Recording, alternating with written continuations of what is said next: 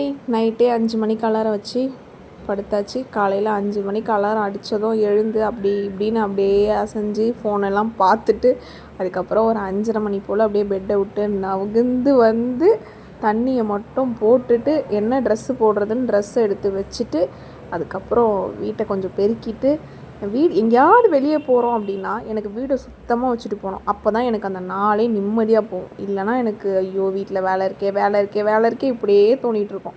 எல்லாத்தையும் முடிச்சுட்டு எங்கள் அம்மா என்ன சாப்பாடு வேணும்னு கேட்டாங்க. எனக்கு தயிர் சாதமும் சேப்பக்கிழங்கு வறுத்து கொடுத்துருமா அப்படின்னு சொல்லிட்டு சொன்னேன். அதே போல் எங்கள் அம்மா தயிர் சாதமும் சேப்பக்கிழங்கும் வறுத்துட்டு எனக்கு சாப்பாடு எடுத்துகிட்டு போக வேண்டியது இருந்தது.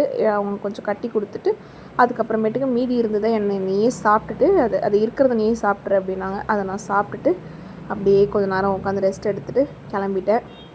எங்கள் அம்மாவை கொண்டு போயிட்டு என்னை பஸ் ஸ்டாப்பில் மட்டும் விட்டுருமா அப்படின்னு சொன்னேன். அதனால் எங்கள் அம்மாவும் வந்துட்டு அப்படியே வண்டி எடுத்துகிட்டு கிளம்பிட்டேன். இப்படி தான் இன்றைக்கி போச்சு. அங்கே போயிட்டு கொஞ்சம் வேலைலாம் முடிச்சுட்டு ஈவினிங் வந்துட்டேன். நாளைக்கு ஈவினிங் ரொட்டீனும் போடுவேன்.